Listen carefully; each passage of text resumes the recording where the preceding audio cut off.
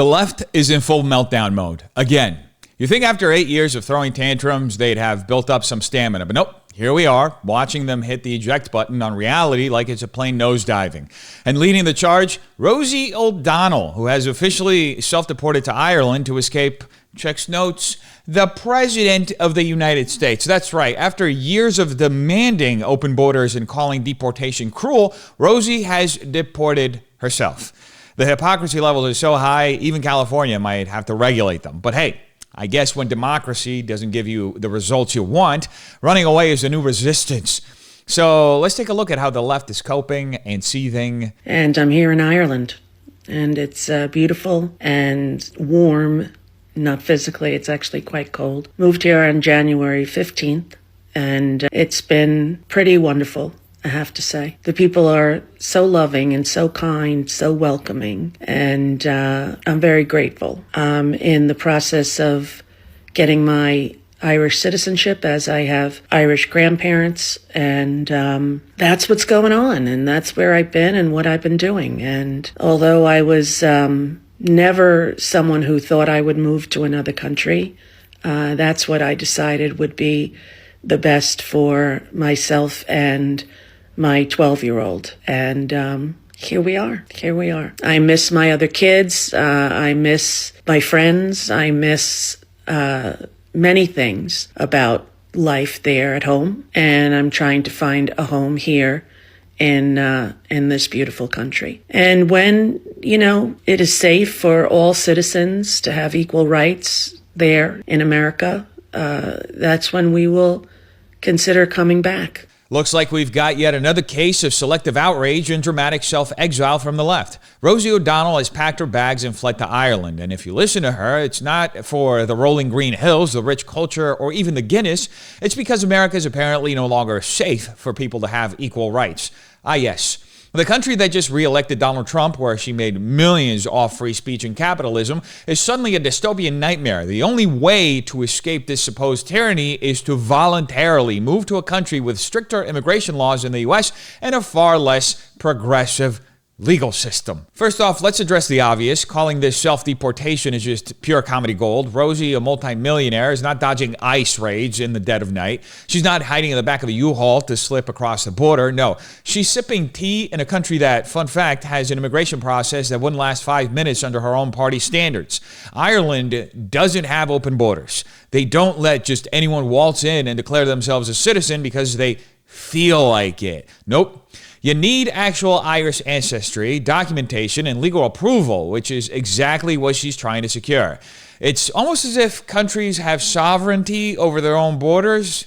Imagine that. Then there's the victim complex. She claims she left because it's not safe for people to have equal rights in America. What exactly does that mean? Safe from what? Last I checked, Rosie wasn't living in some oppressive police state where she was being forced into exile. She was living in a country where she freely built a career trashing half the population without consequence.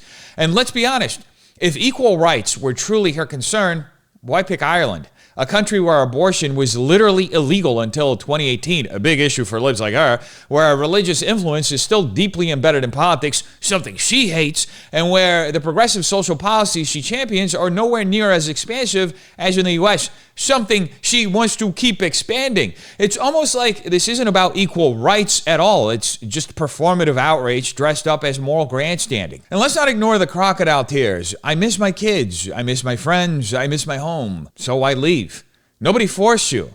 This isn't the 1930s in Germany.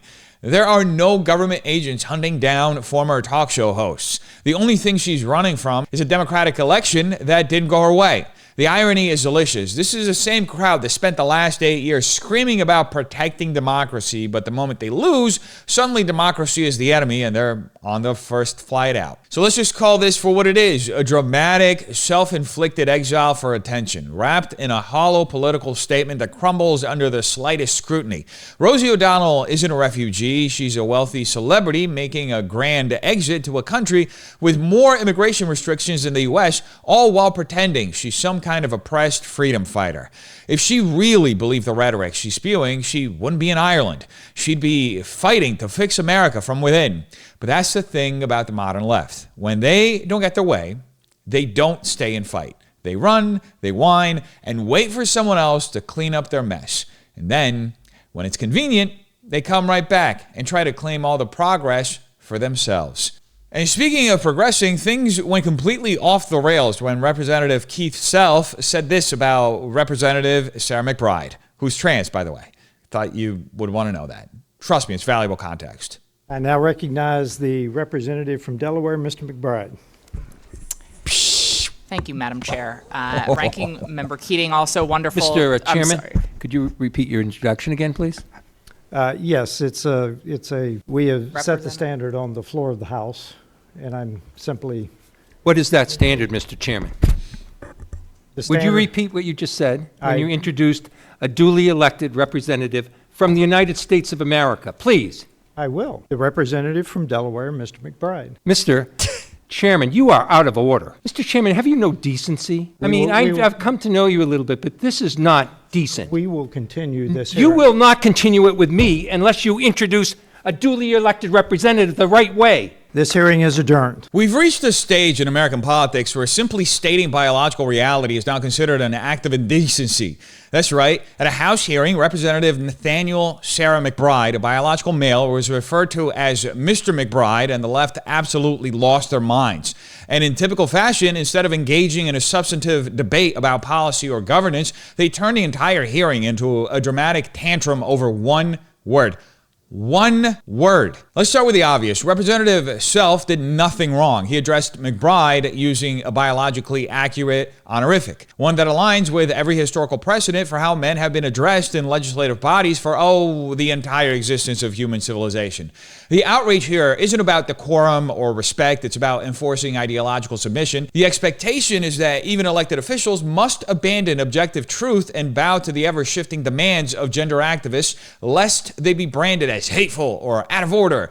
This isn't about decency or respect. It's about compelled speech. And speaking of decency, let's talk about Representative Bill Keating, who put on an Oscar-worthy performance of righteous indignation, demanding Self repeat the introduction as if hearing it again would suddenly trigger an exorcism of wrongthink. "Mr. Chairman, have you no decency?" he wails, invoking the ghost of Joseph Welch at the Army McCarthy hearings. Really? This is your McCarthy moment? Not government overreach, not censorship, not economic collapse, but a Republican correctly using an honorific that has been applied to men for all of recorded history. The melodrama is absolutely off the charts. And let's not pretend this is about respecting elected officials. The left never had an issue misgendering men like Supreme Court Justice Brett Kavanaugh or conservative commentator Matt Walsh, both of whom have been called Miss or Madam by left-wing activists and media figures in an attempt to humiliate them. But when a Republican does it even accurately, it's suddenly unforgivable. It's hypocrisy, plain and simple. McBride himself, rather than responding with professionalism or addressing the policies under discussion, smugly thanks the Madam Chair in an obvious attempt to highlight his own pronoun preferences. But notice something. At no point does McBride actually argue that Mr. is incorrect. He doesn't say, "Excuse me, that's not my title." Instead, his entire response is passive-aggressive posturing, knowing that the outrage mob will do the heavy lifting for him. The entire performance is built around emotional manipulation, not logic. And let's get real. This isn't even about McBride as an individual. This is about enforcing the left's rules on language and forcing conservatives to participate in their worldview, even when it contradicts objective reality. This is a reason they demand total compliance with gender ideology, but refuse to acknowledge biological facts when it comes to sports, prisons, or medical research. The goal is control, not consistency. So what happens? The hearing is shut down, no debate, no discussion, no actual governance, just another political spectacle where Democrats feign moral outrage to avoid substantive policy debates. They would rather derail an entire hearing over one word than let a Republican speak unfiltered, because at the end of the day, this isn't about McBride's feelings. It's about making sure conservatives cannot speak without fear of punishment, and that, folks, is the real indecency here. And since we're on the topic of liberals absolutely ignoring objective reality and basic biology, why not look at Dylan Mulvaney's appearance on The View? I think part of the problem that the trans community is facing, and it's the same problem that women face is if you don't know anything about our bodies, you don't know how it works. So when you come in and you say, oh, you know, these are men, you know, competing against women, you're assuming that the women are weak and just can't do anything except be here. Have you seen female athletes? They know what they're doing. So I'm not sure what's going on or why this is an issue. The same for me as when people say, oh, you know, I don't know how I feel about you.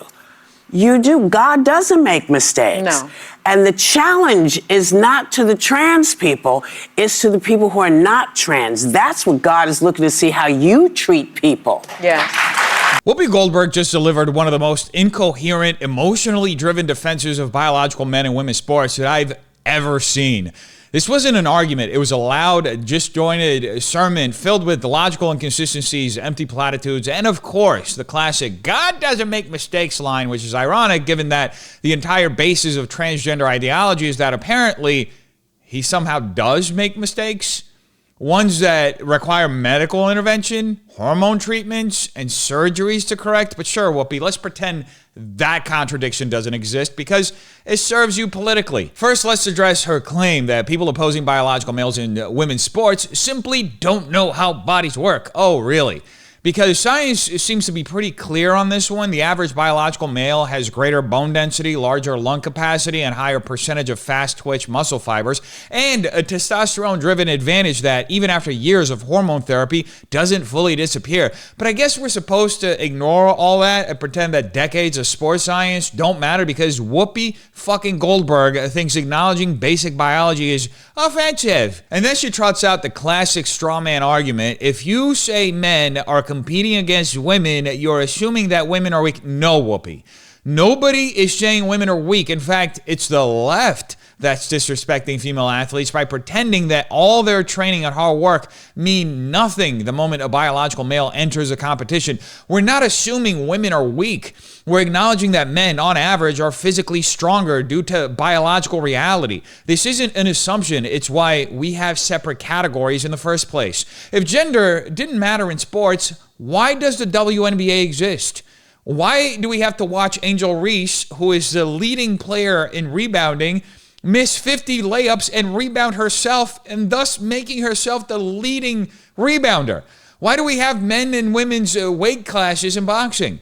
Why are Olympic events divided by sex? And then we get to her complete inability to understand why this is an issue. She shrugs and says, I'm not sure why this is an issue. Really? You're not sure why women don't want to compete against someone with a biological advantage that could cost them scholarships, titles, or even put them in physical danger? Take Fallon Fox, a biological male competing in women's MMA who cracked a female opponent's skull in the cage.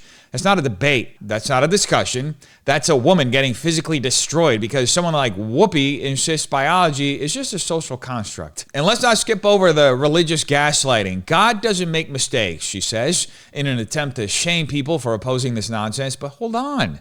If God doesn't make mistakes, then why are people claiming they were born in the wrong body?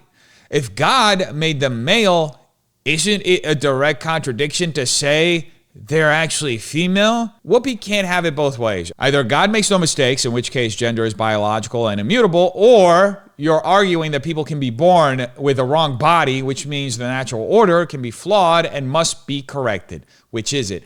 Obviously, God doesn't make mistakes, but Whoopi doesn't believe in God, so she just uses God conveniently to support her political ideology. And then we get the emotional manipulation. The challenge isn't to trans people, it's to the people who aren't trans. That's what God is looking at. How you treat people. Ah, yes, because the real problem isn't men dominating women's sports, it's whether we are treating them with enough deference while they do it. Notice how she completely shifts the burden here. The issue isn't fairness, safety, or reality. It's your morality for daring to speak up about it. Classic emotional blackmail. Look, at the end of the day, the entire rant is a masterclass in misdirection. Whoopi doesn't address the competitive advantage. She doesn't address the safety concerns. She doesn't acknowledge that many of these trans women competing in sports didn't even transition until after puberty, meaning they already developed male athletic advantages. Instead, she spews vague, feel-good Hollywood rhetoric to shame anyone who dares to stand up for actual biological women. But here's the reality. Defending women's sports isn't hate. It's common sense. And no amount of Whoopi Goldberg screaming about decency will change the fact that forcing women to compete against biological men is unfair, unsafe, and flat out ridiculous. As we've been discussing, the trans community is really under attack in this country, right? With gender-affirming care for minors being banned, actually, in many states. The anti-trans rhetoric coming from some conservative lawmakers caused the Human Rights Campaign to declare a state of emergency for the LGBTQ plus community. What is your message to people in the trans community during this time when the community really is under attack? Absolutely. Yeah. I think what we're living through is something that in the history books will be written about, and I want to make sure that my piece of it is advocacy. And it's interesting because people often put me as an activist when I'm really just a musical theater girl who now wrote a book.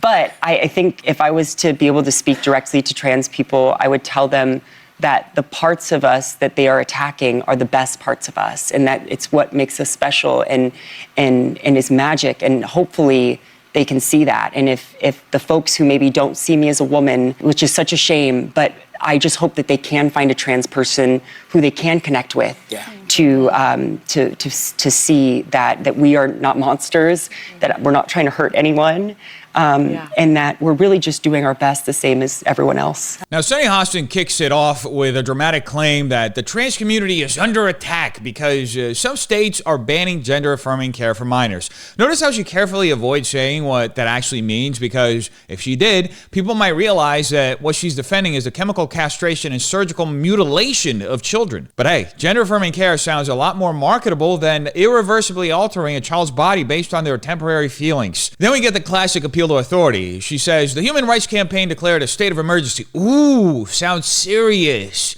Except for the fact that this isn't a real emergency. It's just political theater.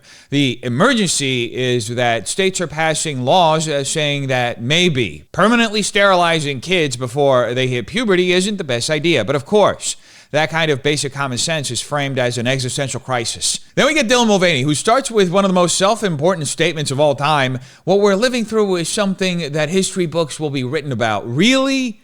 The fact that states are saying, hey, let's not put 12-year-olds on cross-sex hormones is now a historic human rights violation. This isn't Selma, Dylan. Sit down. This isn't the civil rights movement, Dylan. Get off the bridge. Nobody is rounding people up. Nobody is hunting down trans individuals. But sure, let's pretend that saying minors should wait until adulthood before making irreversible medical decisions is on par with Jim Crow. And then comes the real kicker. Mulvaney claims that the parts of us they are attacking are actually the best parts of us. First of all, nobody is attacking anyone. If you're an adult and you want to make whatever medical decisions you want, nobody is stopping you.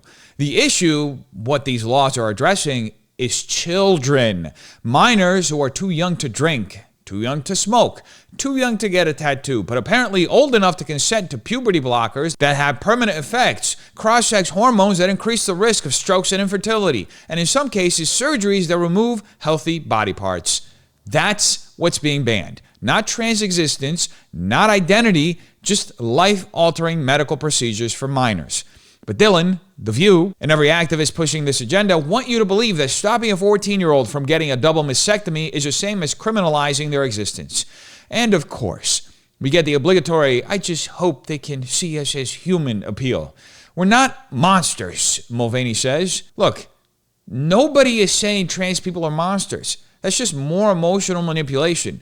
The actual debate is about medical ethics, child development, and whether the long-term effects of these treatments are even safe. A question that, by the way, many European countries have already answered by pulling back on child transitions. Sweden, Finland, and the UK have all restricted these treatments for minors because they found the long-term risks were too great and supposed benefits too uncertain. But of course, that little detail is never mentioned on low fact-based shows like The View. Now, the whole segment is a carefully crafted performance to make it seem like the right is trying to erase trans people, when in reality, conservatives are simply saying, maybe we should wait until adulthood before making permanent medical changes. That's not an attack. That's common sense. But common sense doesn't sell books, does it now, Dylan? Now, this wouldn't be a proper review of The View without Whoopi Goldberg having an unhinged meltdown. We always say, yeah, you can do that because you're anonymous. You can say all that stuff when you're not in front of a woman. But this is 2025, y'all. And those things, those ideas that you have, you're just not going to get away with them. See, you're not going to get away with them because all those little young men who say, your body, my choice, they don't say them to real people. They don't say them to real women. They don't usually have relationships with real people. Well, no, they don't. They don't. They have a huge social media following, though, I read. Yes, but there are many people who feel like that's okay. Yeah. Yeah. But I'm saying it's 2025. Yeah. And you can be in your feelings if you want to. I would not recommend walking up to any woman and saying any of this because there's no guarantee that you will leave the situation with your teeth intact. I'm just saying. It's 2025. Grow up. The world is changing. Black people are not going anywhere. Women are not going anywhere. Gay people are not going anywhere. Trans people are not going anywhere. This is our country. And you know how we know? We know it's our country because we are allowed to be who we are. And so you can try to remove all the books and do all of that, but you're not going to kill the spirit. The spirit lives, y'all. Another The View segment where Whoopi Goldberg transforms into an all-knowing prophet of progress, warning the peasants that their outdated beliefs will soon be eradicated by the unstoppable march of change. But let's actually unpack this rant, because beneath the yelling, the veiled threats, and the wild generalizations, there's a whole lot of logical inconsistency, projection, and outright nonsense, as per usual with The View. Now, first off, Whoopi starts with the typical tough talk about anonymous commentators as if criticism is only valid when said to someone's face. This is the same show that regularly spews misinformation and smears people from the safety of a television studio with zero accountability. And yet, suddenly, online anonymity is the issue. Sorry, but arguments are made more or less valid depending on whether someone posts them online or yells them at Whoopi in a Starbucks. That's a cheap way to dodge the substance of what's being said. Then comes the classic threat of violence. Whoopi says, I wouldn't recommend walking up to any woman and saying this because you might not leave with your teeth intact. Oh, so now we're encouraging physical violence over a difference of opinion? That's rich, coming from the same left that constantly screeches about violence whenever conservatives so much as misgender someone. If Trump supporters joked about knocking people's teeth out for having an opinion, it would be labeled as a threat to democracy. But when Whoopi does it, it's just a sassy empowerment moment. Got it. And then we get the absolute gold mine of projection. It's 2025. Grow up. Right. Because nothing screams maturity like throwing a tantrum on daytime television while demanding that people shut up and get in line with your worldview. What Whoopi really means by grow up is submit. Stop questioning. Stop thinking critically. Just accept whatever new progressive doctrine is being handed down from the media and academia, no matter how contradictory or nonsensical it is. Then we get the victimhood victory lap. She says black people aren't going anywhere, women aren't going anywhere, gay people aren't going anywhere, trans people aren't going anywhere. Who is actually trying to make anyone go anywhere? Whoopi acts like conservatives are rounding people up and deporting them to another dimension. Nobody is advocating for some mass purge. What people are pushing back against is compelled speech, forced ideological compliance, and radical policies that harm children, erode rights, and prioritize feelings over facts. That's the real battle going on here. But of course, Whoopi needs to frame it as some grand struggle where she's heroically resisting an invisible enemy. And finally, the closing delusion. This is our country, and we know it's ours because we're allowed to be who we are. Oh, so now freedom exists. Because for the last few years, this same crew has been trying to shut down dissenting voices, ban books they don't like, censor opinions they don't agree with, and cancel anyone who dares to challenge their worldview. Funny how they only celebrate freedom when it aligns with their ideology. This isn't about progress or inclusion, it's about control. Whoopi and her crowd don't just want to be who they are, they want to dictate what everyone else must believe, say, and accept without question. That's why they lash out so aggressively at opposition.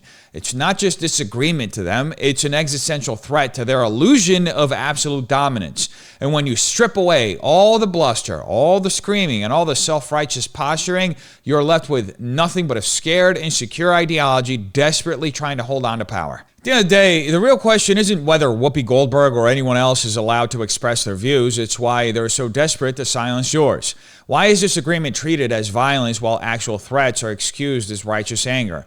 Why is that the same people who preach tolerance demand total obedience? And most importantly, if their ideas were so self-evidently correct, why would they need intimidation, censorship, and emotional manipulation to enforce them? The truth doesn't require coercion. It doesn't need to be screamed into submission. So ask yourself, who really needs to grow up here? The people questioning the narrative or the ones melting down when their authority is challenged? You tell me what you think in the comments down below. Hope you have a terrific day. Peace.